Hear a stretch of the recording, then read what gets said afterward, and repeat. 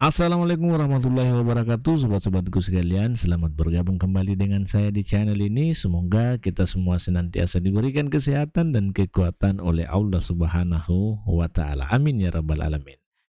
Oke, dalam kesempatan kali ini saya kembali akan membahas beberapa contoh soal yang berhubungan dengan bidang perangkat komputer ahli pertama, khusus untuk submateri audit teknologi informasi. Jadi bagi teman-teman yang sedang mencari-cari materi yang ada hubungannya dengan audit teknologi informasi, maka silakan menyimak apa yang akan saya jelaskan dalam video ini. Mudah-mudahan bisa memberikan sedikit manfaat.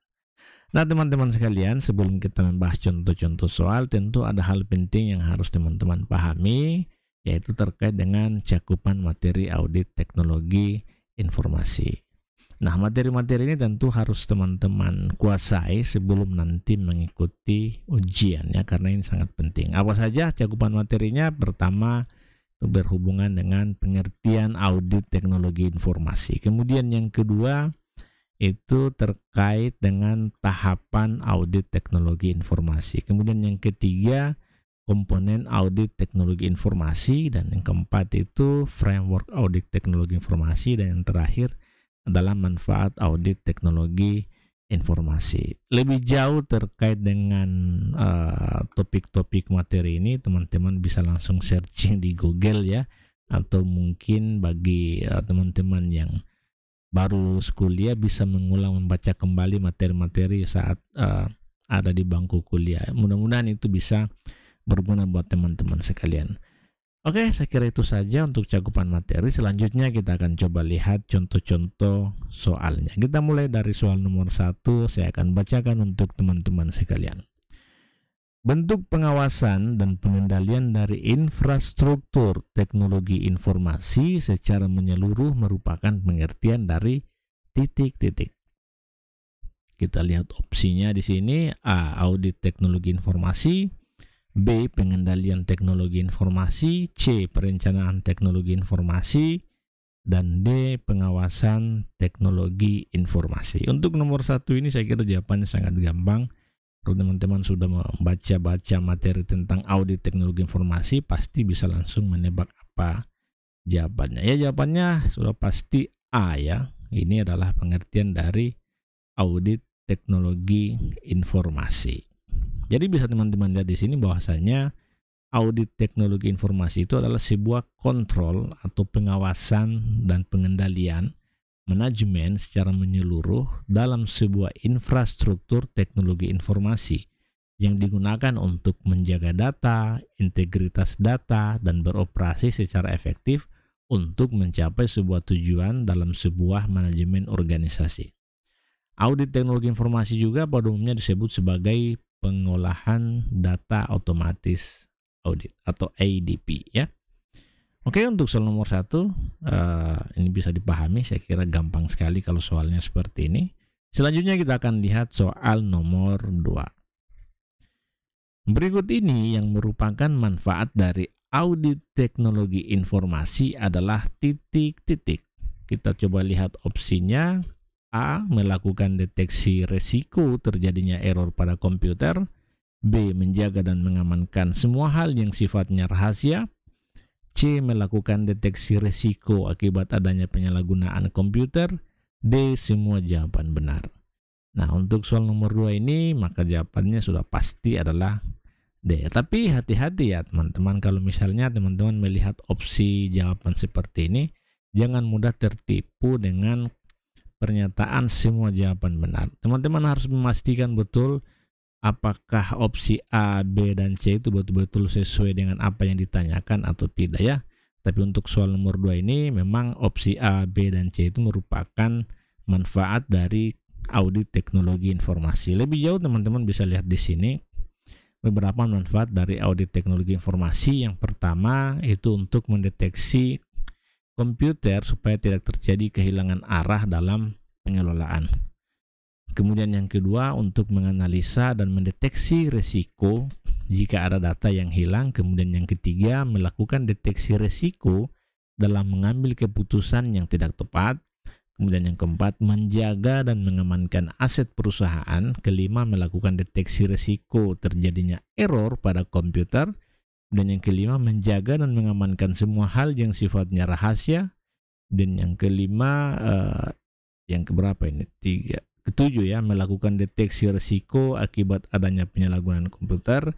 Dan yang kedelapan itu meningkatkan tingkat kendali mengenai evolusi dalam penggunaan komputer ya.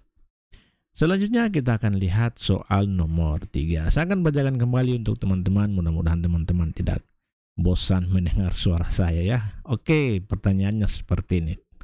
Berikut ini yang tidak termasuk dalam langkah-langkah audit teknologi informasi adalah titik-titik.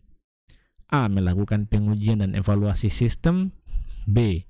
Melakukan pelaporan. C. Mengikuti perkembangan evaluasi pelaporan. D. Melakukan perancangan sistem. Bagi teman-teman yang sudah membaca materinya pasti akan sangat gampang menjawab pertanyaan seperti ini. Karena untuk soal nomor 3 jawabannya sudah pasti adalah D. Melakukan perancangan sistem. Hati-hati baca baik-baik soalnya, yang ditanyakan di sini adalah yang bukan ya, atau yang tidak termasuk dalam langkah-langkah audit teknologi informasi. Teman-teman perlu memahami seperti apa langkah-langkahnya ya. Di sini teman-teman bisa lihat bahwa langkah-langkah dalam melakukan audit teknologi informasi itu ada 6 langkah. Pertama, melakukan perencanaan audit. Kemudian yang kedua, mempelajari aset-aset teknologi informasi. Yang ketiga, melakukan pengujian dan evaluasi sistem. Yang keempat, melakukan pelaporan. Yang kelima, mengikuti perkembangan evaluasi pelaporan. Dan yang keenam itu adalah membuat dokumen laporan. Jadi kalau teman-teman sudah memahami langkah-langkah ini, maka saya yakin untuk menjawab pertanyaan seperti ini itu akan sangat mudah. Artinya ketika ada opsi di luar langkah-langkah ini, maka itu otomatis bukan merupakan langkah-langkah yang ada dalam audit teknologi informasi. Nomor 3 itu adalah D jawabannya.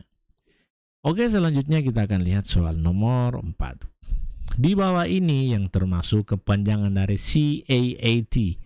Yang tepat adalah titik-titik. A. Computer Analysis Audit Tools. B. Computer Assessment Audit Tools. C. Computer Assisted Audit Tools. D. Computer Analysis Audit Transform. Jawabannya adalah A ya. Jadi CAAT itu merupakan singkatan dari Computer Analysis Audit dan Tools. Jadi CAAT ini adalah diartikan dengan penggunaan peralatan serta teknik untuk mengaudit aplikasi komputer serta mengambil dan menganalisa data. Ya, ini CAAT singkatan dari Computer Assisted Audit Technique Tools. Lebih jauh tentang CAAT, teman-teman bisa kembali men-searching atau melakukan pencarian di Google. Sana banyak sekali materi tentang banyak sekali bahan-bahan bacaan yang membahas terkait dengan CAAT ini. Oke, selanjutnya kita akan lihat soal nomor 5. Saya akan bacakan lagi untuk teman-teman. Mudah-mudahan teman-teman masih semangat mengikuti bahasan soal dalam video ini. Oke, pertanyaannya seperti ini. Ada 2 komponen penting dalam audit teknologi informasi, yaitu titik-titik.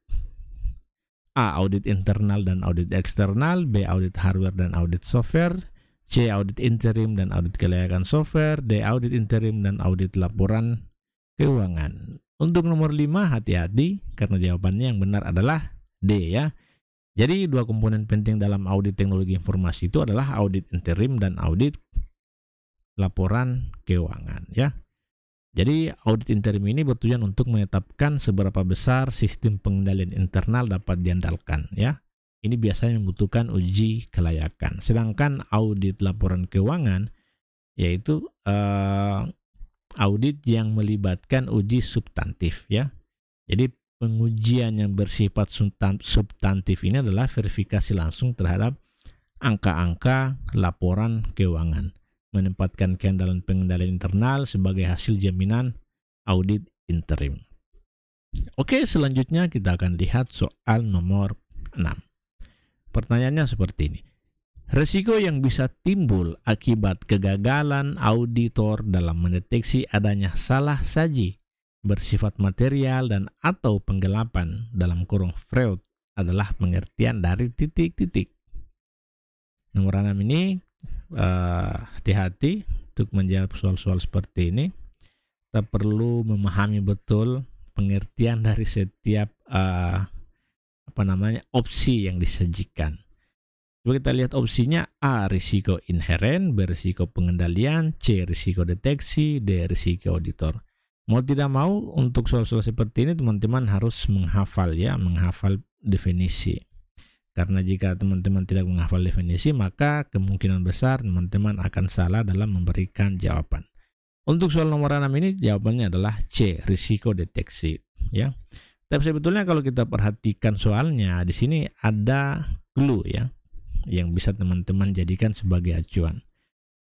Kalau kita baca ulang, risiko yang bisa timbul akibat kegagalan dalam mendeteksi, ya, ini clue yang bisa kita pakai untuk menjawab soal ini. Jadi kita pilih opsi C, inilah risiko deteksi, ya. Jadi karena memang ini risiko yang bisa timbul akibat kegagalan auditor dalam melakukan mendeteksi, berarti disebut dengan risiko deteksi, ya.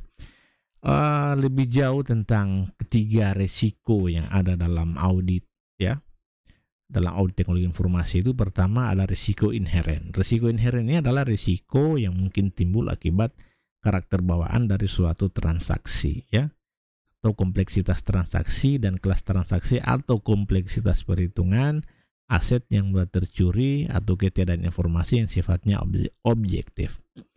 Sedangkan risiko pengendalian adalah risiko yang timbul akibat kelemahan sistem pengendalian intern.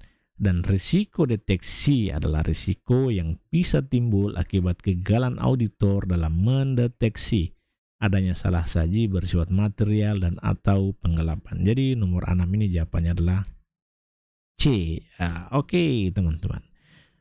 Selanjutnya kita akan lihat soal nomor 7. Begini soalnya, ya. Berikut ini yang termasuk dalam aktivitas perencanaan audit adalah titik-titik. A, penetapan ruang lingkup dan tujuan audit; B, pengorganisasian tim audit; C, pemahaman mengenai operasi bisnis klien; dan D, semua jawaban benar. Untuk soal nomor 7, jawabannya tentu saja D, ya, semua jawaban benar. Tapi lagi-lagi saya ingatkan, hati-hati menjawab pertanyaan seperti ini. Teman-teman harus memastikan betul bahwasanya opsi A, B, dan C itu memang betul merupakan bagian dari aktivitas perencanaan audit, ya. Karena biasa soal-soal seperti ini menjebak juga, ya. Karena kadangkala ada muncul opsi semua jawaban benar, ternyata yang benar itu di sini hanya 2 atau hanya 1. Yang 2 itu bukan merupakan bagian dari apa yang ditanyakan, ya. Jadi hati-hati. Jadi kuncinya teman-teman harus memahami betul setiap poin pertanyaan. Lebih jauh teman-teman bisa lihat di sini terkait dengan aktivitas perencanaan audit itu meliputi 6 hal. Pertama, penetapan ruang lingkup dan tujuan audit; kemudian yang kedua, pengorganisasian tim audit; kemudian yang ketiga, pemahaman mengenai operasi bisnis klien; yang keempat, kaji ulang hasil audit sebelumnya; yang kelima, mengidentifikasi faktor-faktor yang mempengaruhi risiko audit; dan yang keenam itu penetapan risiko dalam lingkungan audit. Oke teman-teman, selanjutnya kita akan lihat soal nomor 8. Perhatikan pernyataan berikut ini. 1. Penilaian risiko tahunan. 2. Rencana audit awal. 3. Mencatat laporan audit. 4. Persetujuan Dewan Penunjang. 5. Mengembangkan program audit final. Pertanyaannya seperti ini. Bagian manakah yang merupakan tahapan perencanaan dalam audit proses? Jadi hati-hati, ada 5 pernyataan di sini. Yang ditanyakan itu bagian mana yang merupakan tahapan perencanaan dalam audit proses. Kita lihat opsinya: A123, B124, C234, D23, dan 5. Untuk nomor 8 ini agak susah memang pertanyaan seperti ini, karena kuncinya kita harus memahami betul bagian-bagian dari tahapan perencanaan itu sendiri, ya. Jadi kita harus tahu apa saja tahapan perencanaan dalam audit proses. Karena ketika kita tidak mengetahui itu, maka otomatis kita akan sulit untuk menjawab pertanyaan yang ada di sini. Jadi untuk nomor 8 ini jawabannya adalah B, karena memang bagian yang merupakan tahapan perencanaan itu adalah 1, 2, dan 4. Teman-teman bisa lihat di sini penjelasannya, bahwasanya tahapan perencanaan dalam audit proses itu ada 6, ya. Pertama, penilaian risiko tahunan; rencana audit awal; persetujuan Dewan Penunjang; pemberitahuan dan permintaan informasi, pahami risiko dan kontrol Anda, kemudian 6 konferensi pembukaan. Untuk lebih jauh terkait dengan audit proses, teman-teman bisa kembali mencari materinya di Google ya, di sana banyak sekali yang teman-teman bisa rujuk untuk jadikan sebagai acuan pembelajaran. Oke, selanjutnya kita akan lihat soal nomor 9. Berikut ini stakeholder yang terlibat dalam proses IT audit atau audit teknologi informasi adalah titik-titik. A. Internal IT Department, B. External IT Konsultan, C. Board of Commission, D. Semua jawaban benar. Nomor 9 tentu saja jawabannya D, karena memang stakeholder yang terlibat dalam proses audit teknologi informasi itu adalah, pertama ada Internal IT Department, External IT Konsultan, Board of Commission, Management, Internal IT Auditor, Internal IT Audit Officer, External IT Auditor. Di luar daripada ini, mereka tidak termasuk sebagai stakeholder yang terlibat dalam proses audit teknologi informasi. Mudah-mudahan teman-teman bisa memahami ini dengan baik, sehingga kalau soal-soal seperti ini muncul, teman-teman bisa menjawabnya dengan baik dan benar. Oke, selanjutnya kita akan lihat pertanyaan nomor 10, pertanyaan terakhir dari rangkaian pembahasan kita terkait dengan submateri audit teknologi informasi. Membantu menambah pengetahuan praktik kontrol internal dan keseluruhan filosofi mengenai kontrol merupakan komponen IT auditing pada area titik-titik. A. Auditing tradisional, B. Manajemen sistem informasi atau IS Management ya, C. Ilmu perilaku, dan D. Ilmu komputer. Nomor 10 ini jawabannya adalah A. Auditing tradisional. Teman-teman bisa lihat di sini bahwasannya komponen IT auditing itu berasal dari berbagai area. Pertama, area auditing tradisional. Di sini dia membantu menambah pengetahuan praktik kontrol internal dan keseluruhan filosofi mengenai kontrol. Kemudian IS Management atau manajemen sistem informasi membantu memberikan metodologi untuk mencapai kesuksesan perancangan dan pengembangan sistem.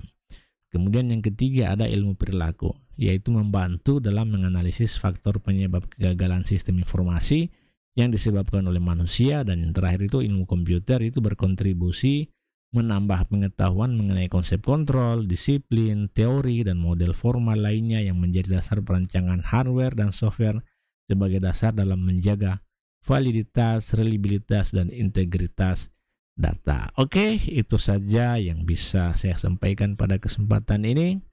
Pada akhirnya, kegagalan adalah milik mereka yang mudah menyerah pada keadaan. Lebih dan kurangnya mohon dimaafkan, mudah-mudahan bermanfaat. Saya akhiri dengan ucapan wabillahi taufik wal hidayah. Wassalamualaikum warahmatullahi wabarakatuh. Salam dari saya, dosen swasta. Terima kasih.